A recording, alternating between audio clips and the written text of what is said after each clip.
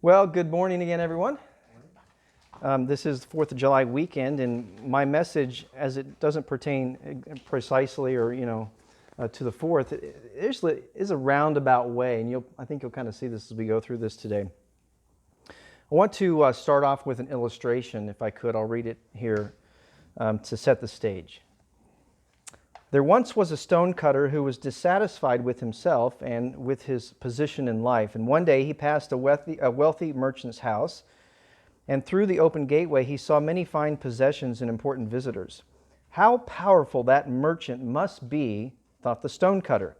He became very envious and wished that he could be like that merchant. And to his great surprise, he suddenly became the merchant and enjoying more luxuries and power than he had ever imagined, but envied and detested by those less wealthy than himself. Soon a high official passed by, carried in a sedan chair, accompanied by attendants and escorted by soldiers beating gongs. Everyone, no matter how wealthy, had to bow low before the procession. How powerful that official is, he thought. I wish I could be as high as that official.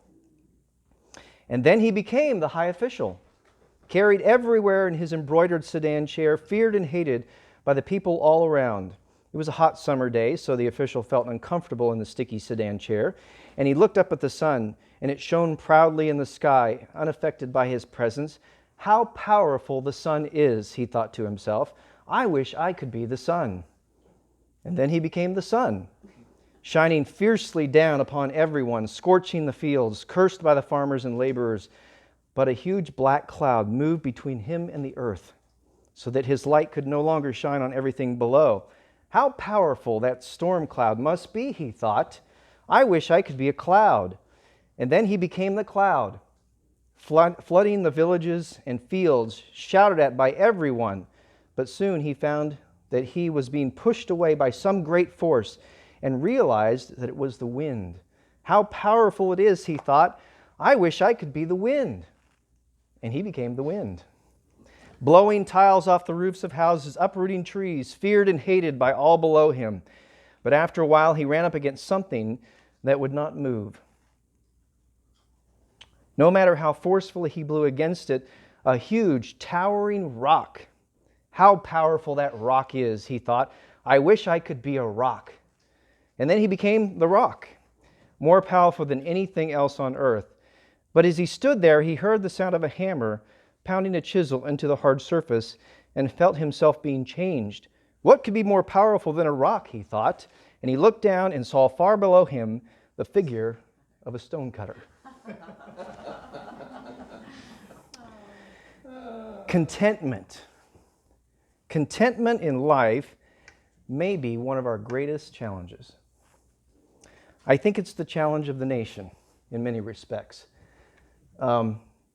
Not being content with what God has been given to us. All too often, we aren't content with living in the now. We're either looking back with longing thoughts of the good old days, or we're looking forward to a time when we won't be in the present. But when we get to the future time, which is, the now present, then we look back to and long for the good old days, which was the present before, right? Or we wish our way into the future to a time which is not the present now, but it will be the present at some other time, and we look back at what today is considered the good old days. But we're never living in the present. We never content with where we're at. The Apostle Paul wrote in Ephesians chapter 6 and verse 12, he said, "For we wrestle not against flesh and blood, but against principalities, against powers, against the rulers of darkness, against the world, against spiritual wickedness in high places." The principalities are attempting to get us to move against the law of God, to contravene God's law. And the battles that we have occur in the mind. But God has set up boundaries for us not to cross. And the boundary that He has set up has to do with our heart. A boundary that has to do with our desires, with our drives, with our motives or our motivations. And these are the prime movers in all commandment transgression. However, it's the 10th commandment, "You shall not covet," that has to do with our private thoughts. Everyone can see the outward manifestation of me breaking any of the other commandments in the letter. But how can one tell if I'm transgressing the 10th commandment? How is it possible? Because there's no letter of the law to transgress in the 10th commandment. How are you to know if I'm coveting your house because of its grandeur, or your wife because of her beauty, or your daughter because of her generosity, or your job because of its security, or your health because it's so good? It's all in the mind. And it all happens in our private thoughts, and yet thoughts manifest attitudes, and ultimately those manifest actions. You see, the private thoughts, if they're wrong, lead to consuming passions, and they will absolutely wreck your life. I think there are three primary private thoughts or beliefs, if you will, or we could call them lies. Lies that we tell ourselves, that we believe, that will produce these consuming passions that answer the question why we have so much and yet are so discontented. So today I'm going to go through three lies with you that we tell ourselves. I'm going to go through 5 symptoms that rob us of our joy, and then we're going to offer 3 solutions that deal with the problem of discontentment. So the first lie is this. The first private thought is the lie that more is never enough. We tell ourselves that more is never enough. Now, it's a private thought. It's not something that you say out loud. You don't analyze it. It's just a private thought. It's a deep-seated belief that more is never enough. And since more is never enough, it produces a drivenness to get that more that we have deceived ourselves into believing it will satisfy us. The U.S. News and World Report, now this is back in 1992. I realize this has been a while ago, but it's relevant to today. This is what they found in a poll. They conducted a poll about the American dream, and the article noted that for Americans with household incomes under $25,000, it would take $54,000 a year to fulfill the American dream. Those who made $100,000 plus craved an average of $192,000. In other words, the American dream is always double of what you have. It's always a little bit out of reach. It's double the distance of what you think it is. Now we are, I don't know, what are we, 30 years later? I don't think it's any different. I would imagine it's double of what it was back then, because this is human nature. So we've always got to be hopping, always pressing, always got to do and have more. And whatever we have isn't enough. And this is what happened to King David. One night, David looks out from his balcony and he sees a beautiful woman bathing next door on the top of her roof. Her name was Bathsheba. And he covets his neighbor's wife. This private thought that no one knew about, right? And no one hears those thoughts. No one sees the thought cloud. But he takes the thought, he makes a decision, produces an action, because he's got to have more than what he already has. He wants more wives. And so this desire wells up from that consuming passion, and the false belief sets up a cascade that has irreparable damage throughout his whole life.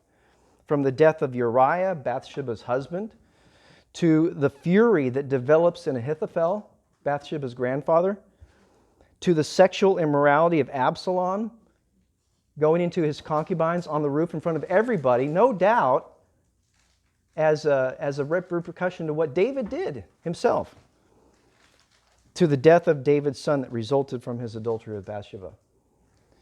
It all came about from crossing the boundary of coveting and believing the lie that more is never enough. Lie number 2.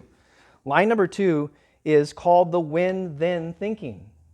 When-then. You're familiar with this. When I'm out of school, then I'll be happy. I've been there. I've thought that. When I'm married, then I'll be happy. When I get a new job, then I'll be happy.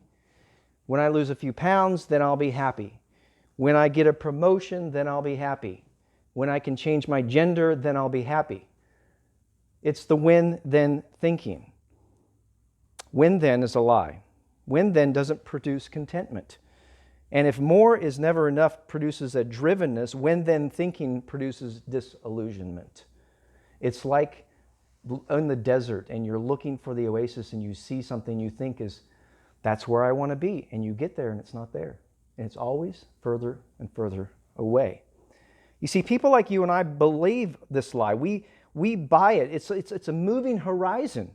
And we think it's going to make us happy if we get the car or if we get this new outfit or that new phone or a new book or a new chair, or we lose 10 pounds or we gain 10 pounds, whichever side you want to be on that scale. And then when we get there and it doesn't bring us the contentment that we seek, we chase the next horizon. Whatever's the next hill, and we become disillusioned because it's never there. We fall under the allure that these things will bring us the contentment that we seek, but they don't. We get to the end of the rainbow, where we think all that pot of gold's going to be, and it's not there. And we say, where'd the gold go? Did the leprechaun come and take it? No, the gold was never there in the first place. It was never there.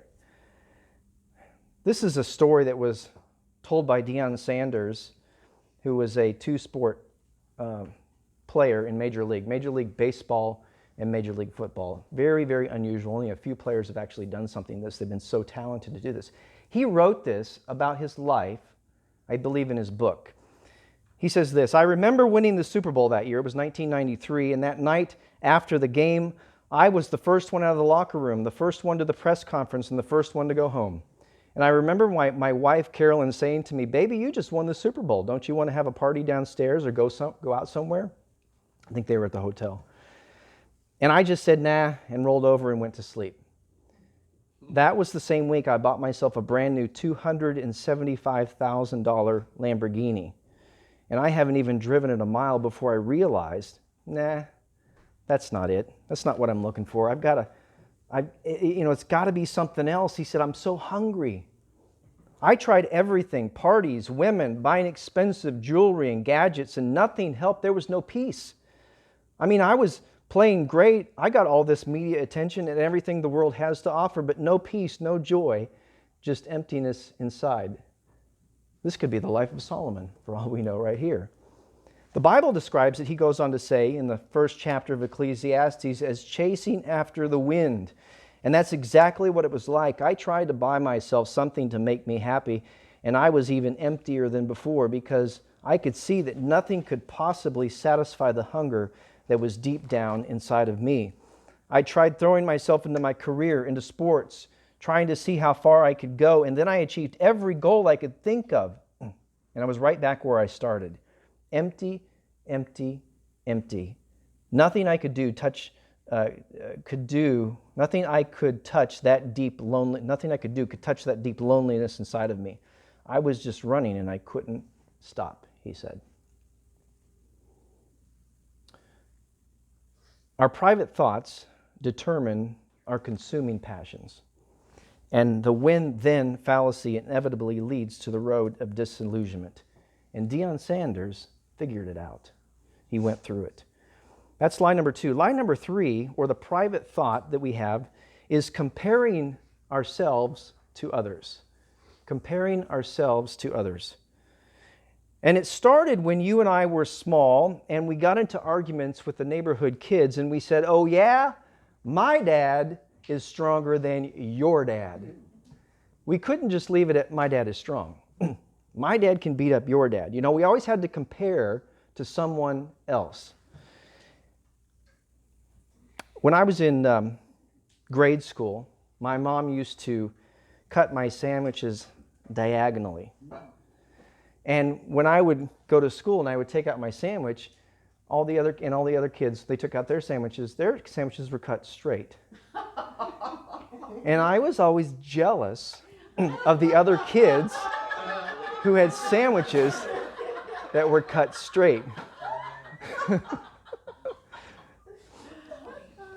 And it happened for years, as far as I can remember. Until I finally saw somebody with a diagonal cut sandwich. And then I realized, that's pretty cool. That my mom cuts my sandwiches diagonally. It's comparing yourself to someone else. Now, when we get older, it wasn't, what I got on my report card. It was what your brother got on his report card, what your sister got on the report card. How did you do compared to your friend? I got a 91 on my test. That's pretty good. That's an A. I'm really happy about that. And you talk to your friend, well, I got a 97. 97? I only got a 91. Man, you must be pretty lucky. I don't feel so good anymore about my 91. Of course, luck had nothing to do with it. It's either intelligence or innateness or, whatever God gave you, or maybe it was hard work that they did to get that 97. But we like to measure ourselves, by how we're doing, not by what God gave me.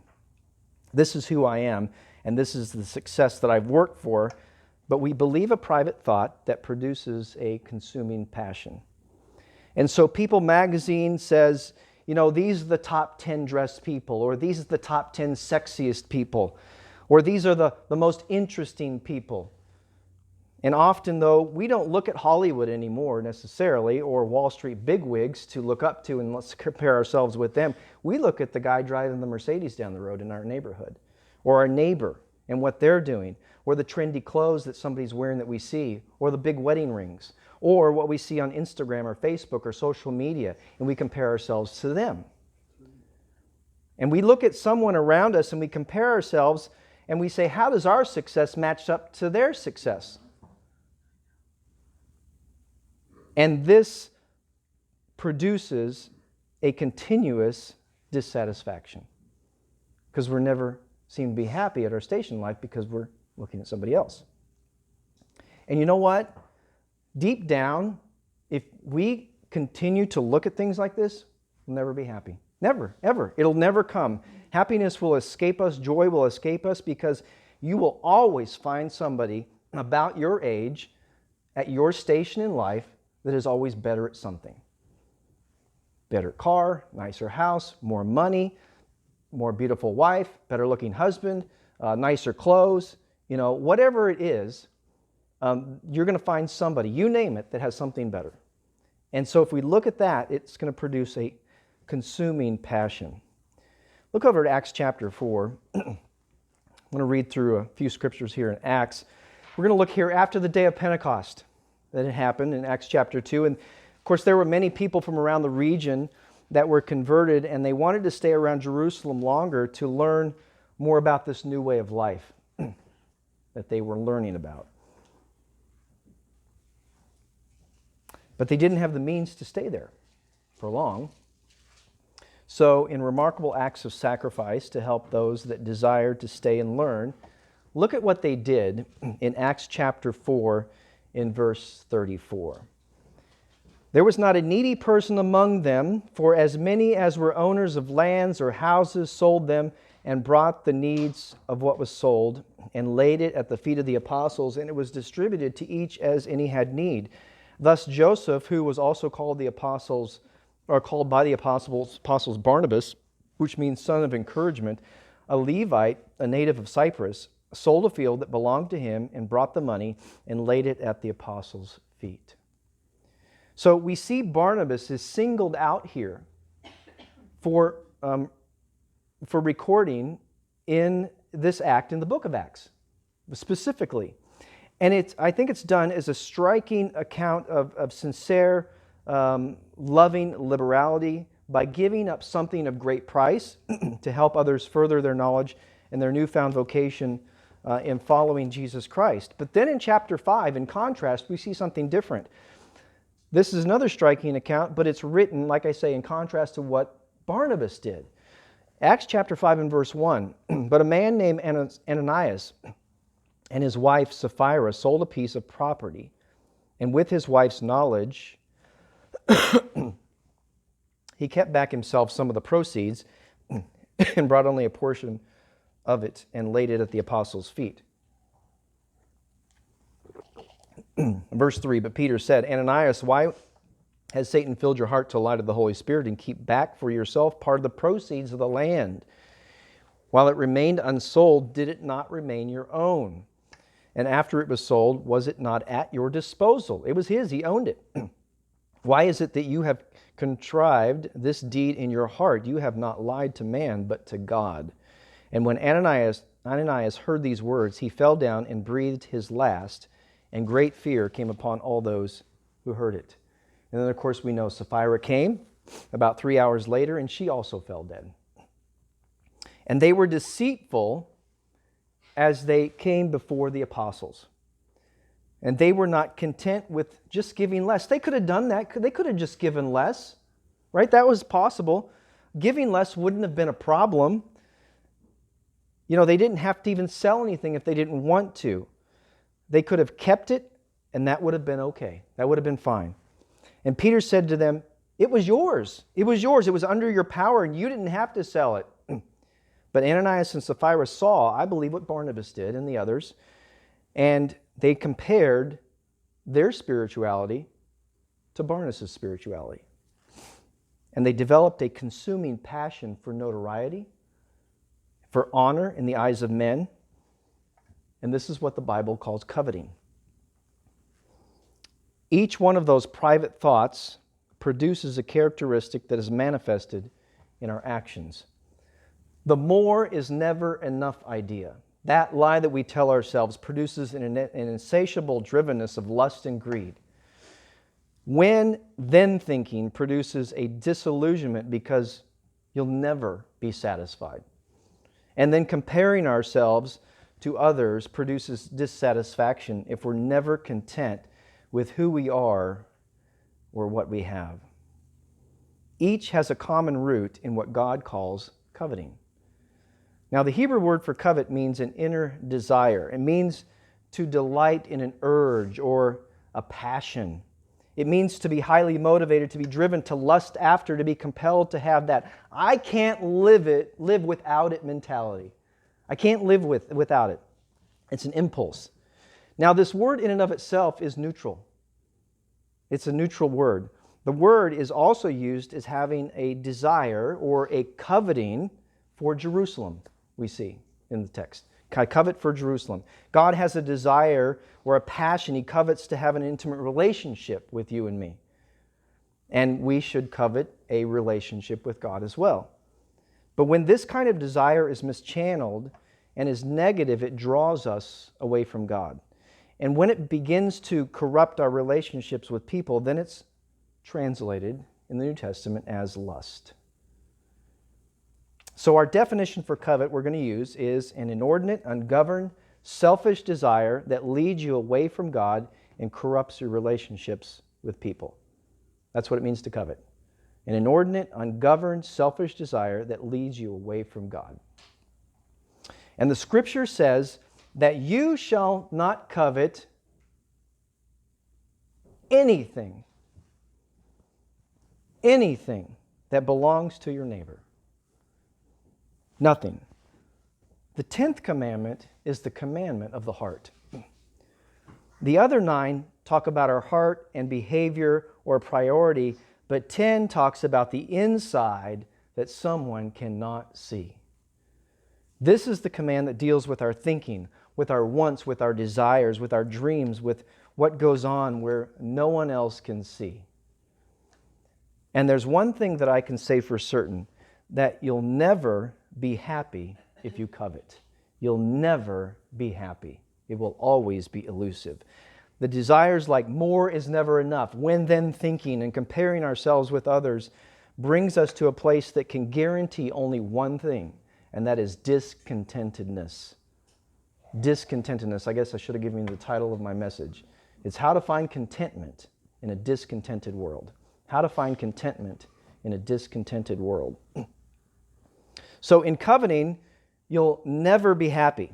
You'll never be satisfied. You'll never experience joy, because the moment that you receive something that's pure and unadulterated as a gift from God, we'll look at it. God gives you a gift and you look at it, and then what happens is your head starts to turn to the next thing, right? That you think is going to bring you some sort of happiness. Something across the fence where we say the grass is always greener on the other side, until you get to the other side and you look back and you say, oh, the grass wasn't so bad over there.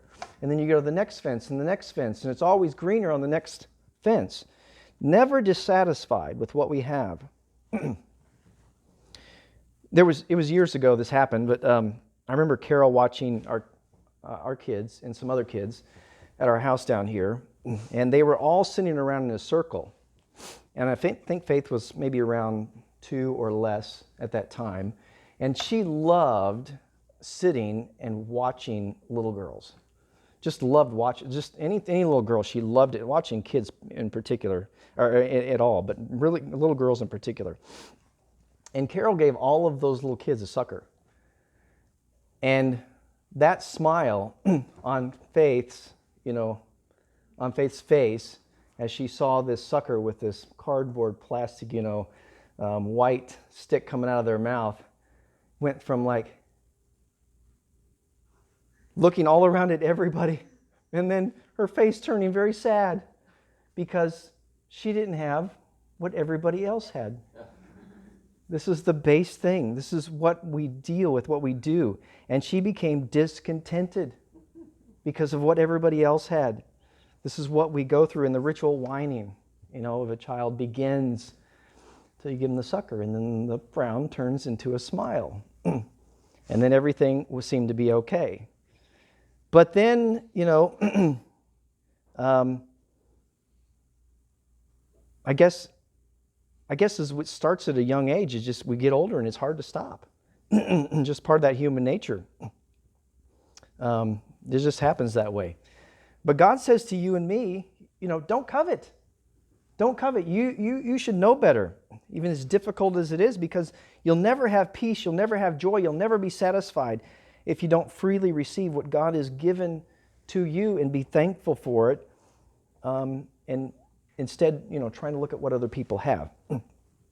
So, let's talk about 5 symptoms that rob us of our joy of living. So we're going to talk about 5 symptoms that rob us of our joy of living. And these 5 symptoms tell us the consuming passions, that are robbing us of our joy. They let us know how deeply coveting is buried in our hearts so we can root it out and develop an attitude of complete and utter contentment and joy in our lives. Now, I'm not talking about riding some high wave all the time, right? Those are emotions. Emotions go up and down. That's a natural part of life for emotions to go up and down. I'm not talking about being blissfully excited every moment of every day, But rooting out coveting can also smooth out some of these emotions, so they're not so high peaks and so low troughs. But they help us tie ourselves to peace, or they give us peace, I should say, and contentment and joy, which is what I think we're all looking for. So what I'm talking about is providing space for the fruit of the Spirit to grow, providing a fertile ground for those fruits to take root, and removing those toxic works of the flesh that choke out the fruit that wants to grow in coveting. So we all know the fruit of the Spirit: love, joy, peace, gentleness, kindness, faith, meekness, and temperance that we find in Galatians. But how do these grow? And I want to show you how at least 2 of them, we're going to take joy and peace as 2 of them, and how to get them to take root and how we can flourish in joy and peace, or we could call it contentment. Number 1 is fatigue. Now, as you go through this, I want you to think about yourself, all right? When I go through this, I think I can apply every one of these to myself. I don't want you to think about somebody else. I want you to think about yourself in these particular points. Number 1 is fatigue. What is robbing us of joy and peace? Fatigue, or that feeling of being stressed out. Proverbs chapter 23 and verses 4 and 5. I'm going to read from the New Living Translation here. Proverbs 23 verses 4 and 5. Don't wear yourself out trying to get rich. Be wise enough to know when to quit. In the blink of an eye, wealth disappears, for it will sprout wings and fly away like an eagle. Now, this doesn't say that you cannot be rich and that you should not be rich if you want to be rich. That's not what it says. There are many reasons to labor, brethren. You can labor for your family, to do your best to make sure that they're cared for. I mean, we know that Paul writes to Timothy that if one doesn't care for his own family, he's worse than an infidel. Now, that may be that you have to have 2 jobs. And that's just what you have to do, and there's just no way around it. You have to do what you need to do. We're talking about an inner coveting, though. Completely wearing yourself out for a different reason than taking care of somebody or your family, right? Paul also writes in 2 Thessalonians 3:10 that if a man doesn't work, then he shouldn't eat. So you can labor for others that can't labor for themselves. You can labor to enjoy the fruits that come from that labor because you enjoy labor itself. You know, it feels good to work hard and accomplish something. I like to work hard. I feel like I'm accomplished. Or the enjoyment of goodly pleasures that your labor can buy. That is fine. But one reason we should not labor, he writes, is to be rich. That's a dead end. Be rich for the sake of being rich. That's a dead end. And I think that along with rich, you could put famous. You could put successful for appearance's sake. But don't wear yourself out to be whatever it may be. Do you live a high-speed life, or you put in long hours, or does your conversation pop up in your, or does it pop up in your conversations, I should say, when you talk to people, how stressed out you are, how hard you're going, or how you need a break, or how late you stayed up, or how you haven't slept? Again, it's okay for this for a short period of time. But if this is a constant repetitive thing, not all the time, then there's a problem. So you see, godly ambition and hard work, God always says yes to. He'll always say it every moment of every day. But a consuming desire that causes you to neglect God and other important relationships probably has something to do with a level of coveting in your heart. Now, I want you to think about that, because if God is really there and He really loves us, and we're so busy that we've pushed Him aside and we can't spend any time with Him in prayer or Bible study or any of that stuff, then we have to ask ourselves, what are we doing that's so important and is so busy that makes us so stressed that we have driven God out of the universe that we are in? You know, we can't catch 10 or 15 minutes at a bare minimum of spending time with Him every day. I would suggest that if that's the case, then we have bought into the lie, more is never enough, and then when then thinking has deceived us. And if we push it, I think God will simply step aside and He'll say, you know what, go ahead. Go ahead and do that, and you will be disillusioned. You'll find out. And if you want to be unhappy, you want to be stressed out, you want to be worn out, go ahead and do that on your own. The second thing that we're going to talk about here, of the 5 that we're going to discuss, that the symptoms that rob our joy of living, is debt. Debt. Now I'm going to read from the Contemporary English Version in Ecclesiastes chapter 5 and verse 11. It reads this: "The more you have, the more everyone expects from you. Your money won't do you any good. Others will just spend it for you." Or, the more you have, the more you'll spend yourself. You know, it's easy to spend more money than you make. It's also easy to spend someone else's money than it is yours.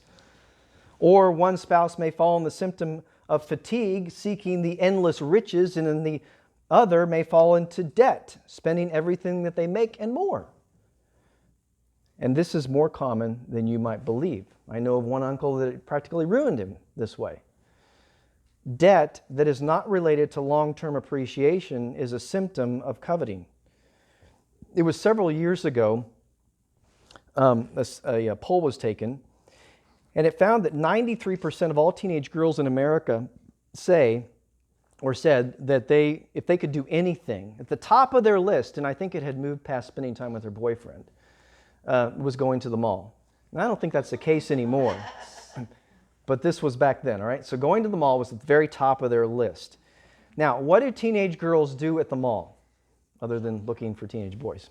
All right, so that pushed aside. They go shopping to buy things that they can't afford with money that they don't have to get things they don't need. Teenage girls aren't the only ones that do that. The when-then attitude, when I get this, then I'll be happy. I think we all have it to some extent. Maybe you can think to yourself, what's the last thing that I said to myself, man, I really want this, and if I get it, man, it's going to make me happy. And then it didn't. And then you go to the next thing. What's the next thing that I can get that's going to make me happy? And it didn't. And maybe you don't even remember what that was. Maybe you kind of forgot. That's how fleeting these things are in our mind. But whatever it was, we thought it was so important that we think that we can finance whatever it is. Maybe if we finance that kind of debt for those reasons, whether it's a car or maybe we'll finance it for clothes or toys or furniture, but it really robs us of the joy of contentment that we're seeking. Americans have closets full of stuff. Houses come with bigger and bigger closets now because we have more stuff. And we have to ask ourselves, are we really happier? Do we have more joy? Do 20 pairs of shoes make me more content, than 4? Does that latest smartphone or that latest HD TV really bring more joy or contentment to my life than the old one that worked just fine? Every day, people in New York and LA go to bed late and they get up early. And they're trying to figure out, with the latest technology, how they can advertise these things to you and to me, to make things more catchy, to add a little bit more glitter to it, to make things more humorous, to get a little bit more creative, as a means to create that desire in us to buy whatever it is that they're selling. And make us think, right, that how can we live without their product? How is it possible? Oh, I gotta have that. And that's what we think. You can't be successful, or you can't be fulfilled, you can't be sexy. You won't have friends without it. You got to get the blue pill because then you can have all the joy and contentment in life you want. Buy this clothes, buy this car, whatever it's going to be. You got to have it. And you go spend money that you don't have for things that you can't afford, for things that you don't need. Debt tells you something about your heart. Number three, things that take joy away from you is worry. Worry. Ecclesiastes chapter 5 and verse 12. Worry. I want to read from the contemporary English version. I'm going to read from that often here. Ecclesiastes chapter 5 and verse 12. If you have to work hard for a living, you can rest well at night, even if you don't have much to eat. But if you're rich, you can't even sleep.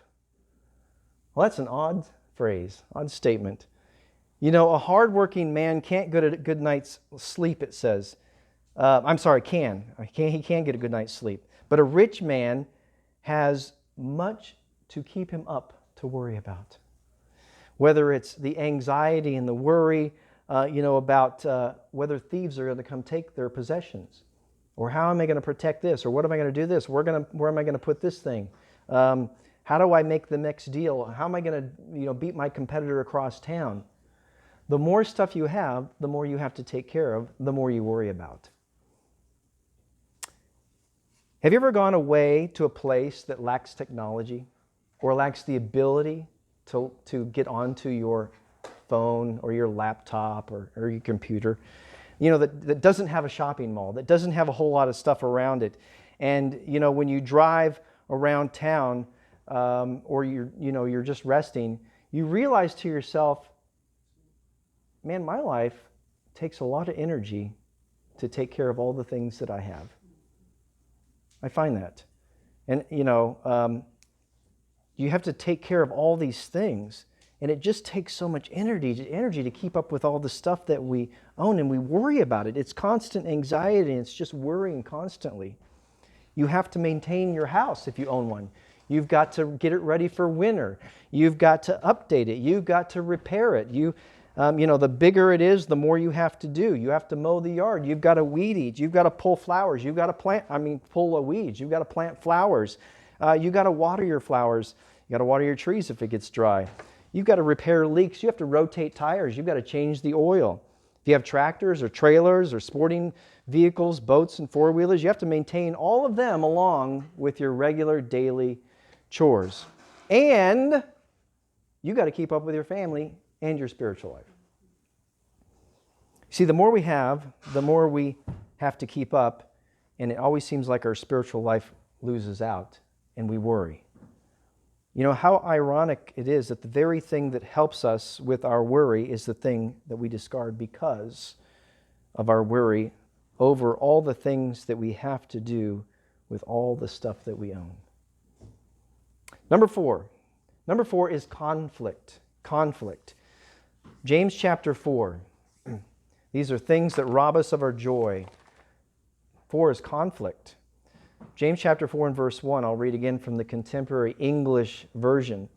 Why do you fight and argue with each other? Isn't it because you're full of selfish desires that fight to control your body? You want something that you don't have, and you'll do anything to get it. You'll even kill, but you still cannot get what you want, and you won't get it by fighting and arguing. You should instead pray for it. So, I want that because someone else has it, and they shouldn't have it, and I want it. You know, this doesn't happen in just adults. In our house, just a few years ago, we used to have these little figurines of Batman. And we had 4 little Batman figurines, Marvel Batman figurines, 4 of them. 4 Batman figurines and 2 boys. All right? Do you think there was arguing over those 4 Batman figurines? 4 was not enough. You see, because there was somebody that always wanted that one there, or this one here. There's always 2 of them that wanted one of them, even though we had 4 figurines. They always wanted it. Do you know the number one cause in America for divorce? It revolves around finances. It revolves around money. And it's usually over what money is spent on. That's typically what it is. The acid test of true friendships and relationships is when one of your friends or fellow employees or relatives gets a major promotion, let's say, or they're able to buy the kind of house that maybe you always wanted, or they could go on that trip to Bora Bora that you always wanted to go on, and spontaneously out of your heart you say, man, that's fantastic, that is great, I'm so happy for you that you're able to do that, or you got to buy that. What a blessing that is.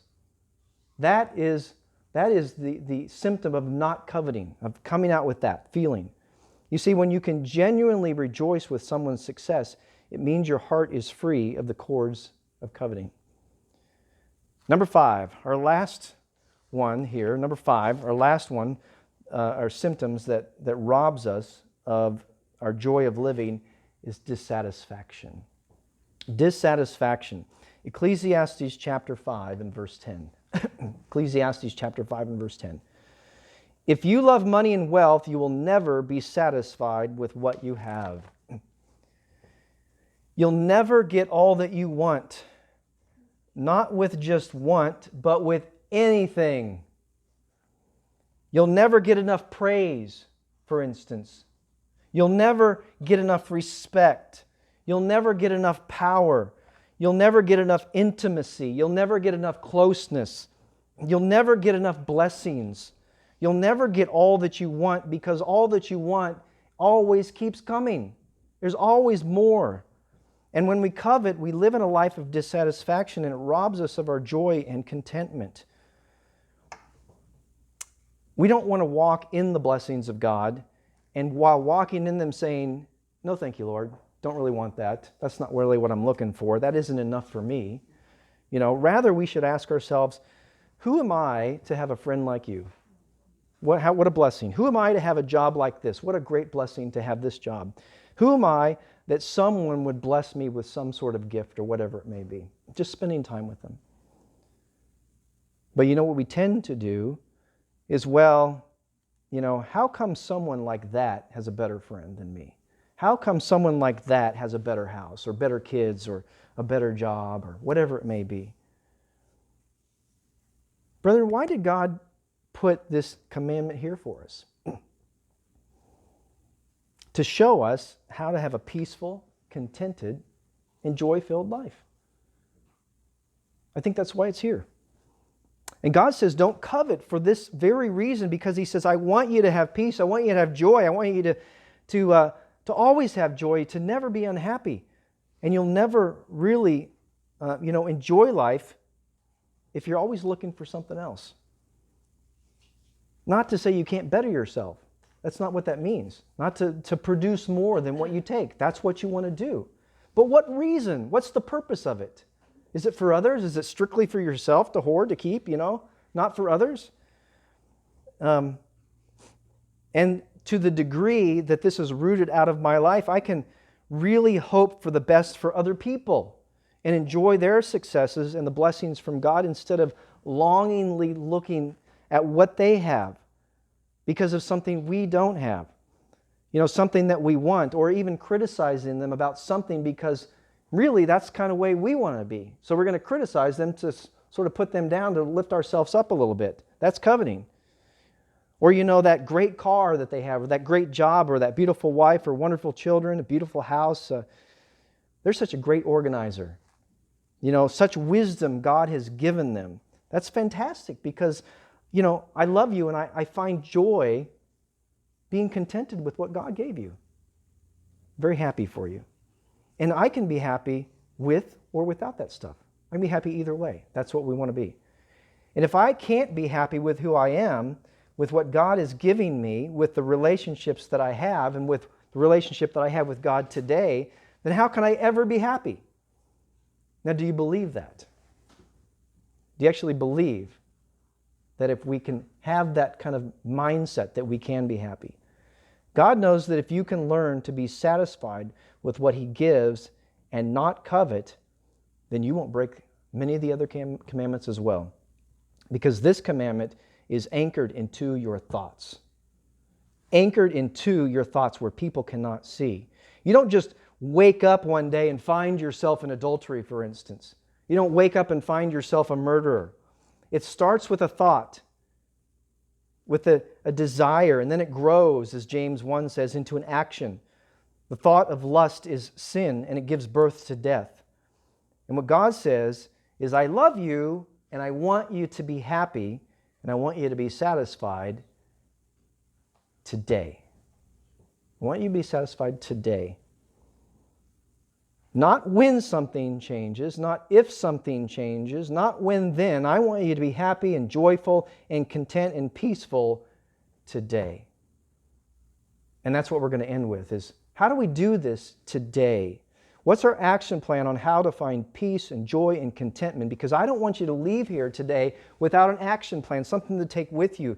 And here are 3 steps that I think we can take with us to put in operation for us in our lives today. Now, how does it really work, in other words? Everything good takes time and really is a process. But we have to start somewhere. Philippians chapter 4. Philippians chapter 4 and verse 11. Paul writes this to the Philippians. Not that I speak in respect of want, for I have learned, he says, in whatsoever state I am therewith to be content.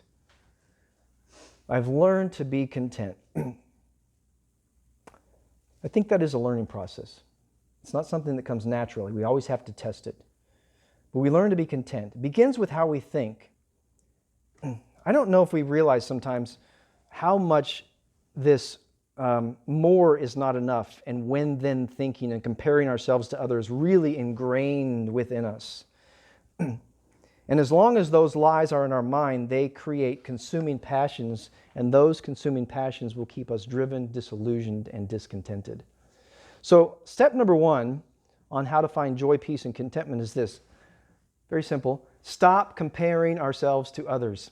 Stop comparing ourselves to others. That's the very first step that we can take. Galatians chapter 6. Galatians chapter 6, again from the CEM, Contemporary English Version. Galatians chapter 6 and verse 4. Do your own work well, and then you will have something to be proud of. But don't compare yourself with others. Verse 5, we each must carry our own load. When I compare myself with someone else, I'm always dissatisfied. It's okay to admire, it's okay to appreciate, but not to compare. I admire, for instance, maybe your ability in music. You got a great musical ability. It's fantastic. I admire your social skills. You get along with people so well, and you're able to make people at ease, and you just converse with people. That's a wonderful skill to have. I admire your smarts. You're so brainiac. God gave you so much, right? I may admire your pool. You have a wonderful pool, you know. I'm so appreciative that you can let me come over and spend the time to swim in it.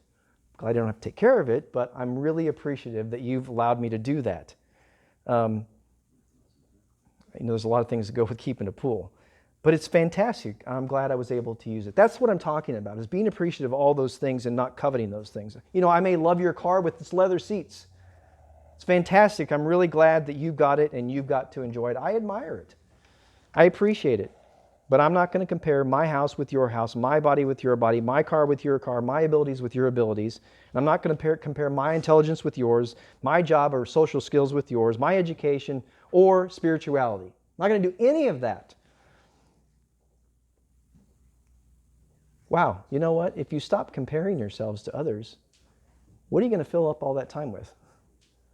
It's a lot of extra time in our minds. But this is how we should live life on a regular basis. Rather than, man, that car is just too much for him. Hey, you never should have bought that car, or that skirt is way too tight. Or that color on her hair doesn't look good, Or he's pretty strong, but he's not as strong as me. Or he's smart, but I'm a little bit smarter than he is. He's fast, but not as fast as me. He's spiritual, but I'm a little bit more spiritual than he is. I give better prayers at church than he does. I'm more loving than she is. I'm a better mother than her. I give more to the work than they do. It can go on and on and on, and you can see that. We can spend all of our time comparing, but it's the cord to coveting. Cut the cord to coveting. Step number 2. Step number 2 is rejoice and give thanks for what I do have. Rejoice and give thanks for what I do have. All that spare time I was talking about that you have? That since you're not comparing yourselves to others, this is what you do with it. This is what you do with it. You rejoice and give thanks for what you do have. Ecclesiastes chapter 5. Ecclesiastes chapter 5, and let's read verses 18 through 20. Ecclesiastes 5, 18 to 20. I have seen personally, I think I'm on the CEM, Contemporary English Version again. I have seen personally, Solomon says, what is the only beneficial and appropriate course of action for people? To eat and drink and find enjoyment in all their hard work on earth during the few days of their life which God has given them. For this is their reward. To every man whom God has given wealth and possessions, He has also given him the ability to eat from them, to receive his reward, and to find enjoyment in his toil. These things are the gift of God. These are gift. For he does not think much about the fleeting days of his life, because God keeps him preoccupied with the joy he derives from his activity. And it's good. It's good to enjoy all of these things. We don't want to sit here constantly thinking about the death that is inevitable for all of us that comes, maybe tomorrow. Yes, you keep that in mind, but enjoy the things that God has given to us. Work hard, enjoy the fruits of your labor. Don't covet the fruits of someone else's labor. And don't think, well, if I had this or if I had that, let joy live in your heart by rejoicing for the blessings that you do have. And then in Philippians chapter 2 and verse 14, Paul writes here, do all things without murmuring and disputing. Verse 15, that you may be blameless and harmless, the sons of God, without rebuke, in the midst of a crooked and perverse nation, among whom you shine as lights in the world. So if you're really wondering about your level of coveting, just check in on your tongue. Just do a quick check on your tongue. And if you complain and if you grumble, and if you're never happy because nothing is ever quite right, or nothing is ever good enough, or your restaurant service is always bad, and checkers are always rude, and drivers are always too slow, when you grumble and complain and whine, there's one thing for sure, it's that you're not thankful. And if you're not thankful, you're out of the will of God. Remember, he says that in everything give thanks. For this is the will of God in Christ Jesus concerning you. Everything give thanks.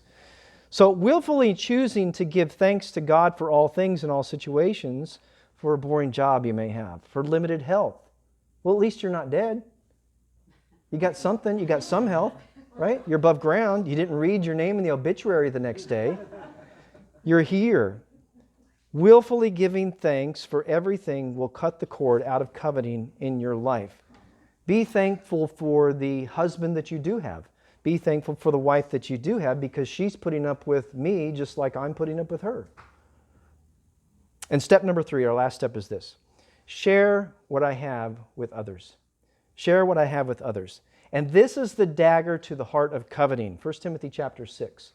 This is the dagger to the heart of coveting, sharing what you have with others. Right? If you give it away, right, then it cuts that cord to coveting. 1 Timothy chapter 6 and verse 17. Command those who are rich in this world's goods not to be haughty or to set their hope on riches, which are uncertain, but on God who richly provides all of us, with us all, for our enjoyment. All things, I should say, for our enjoyment. Tell them to do good, to be rich in good deeds, to be generous givers, sharing with others. So God wants you to enjoy your life richly, and He gives us blessings to enjoy, but He goes on to give a command that you should do good and you should be generous and willing to share. The antidote to a coveting heart is to become free of your stuff. To not just bind on it so heavily. To be free of your time, to be free of your resources. To give it away, it keeps you from being driven. It keeps you from being disillusioned, and it keeps you from being dissatisfied. Most of us spend our time in life trying to figure out how we can go up the ladder of success. Up the money train, up the power ladder, up the esteem ladder. But Scripture tells us that there's a seemingly eternal paradox, that if we spend our whole lives helping to get others' lives to go up, we have more joy in life. Jesus said it's more blessed to give than to receive. I want to end here by reading a little, it's a very short article by Napoleon Hill, who wrote the book Think and Grow Rich. And he called this contentment, He said the richest man in the world lives in Happy Valley. He is rich in values that endure, in things he cannot lose. Here is an inventory of his riches and how he acquired them. I found happiness by helping others find it. I found sound health by living temperately and eating only the food my body requires to maintain itself. I hate no man, envy no man, but love and respect all mankind. I am engaged in a labor of love with which I mix play generously, therefore I seldom grow tired. I pray daily, not for more riches, but for more wisdom with which to recognize, embrace, and enjoy the great abundance of riches I already possess. I speak no name except only to honor it, and I slander no man for any cause for whatsoever. I ask no favors of anyone except the privilege of sharing my blessings with all who desire them. I'm on good terms with my conscience, therefore it guides me accurately in everything I do. I have more material wealth than I need because I am free from greed and covet only those things which I can use constructively while I live. My wealth comes from those whom I have benefited by sharing my blessings. The estate of Happy Valley, which I own, is not taxable. It exists mainly in my own mind, in intangible riches that cannot be assessed for taxation and appropriated except by those who adopt my own way of life. I created this state over a lifetime of effort by observing nature's law and forming habits to conform with them. Brethren, God has given you a purpose, and there's a reason for the 10th commandment. And He also has a plan to help us. So believe it, implement it, and you will find contentment in a discontented world.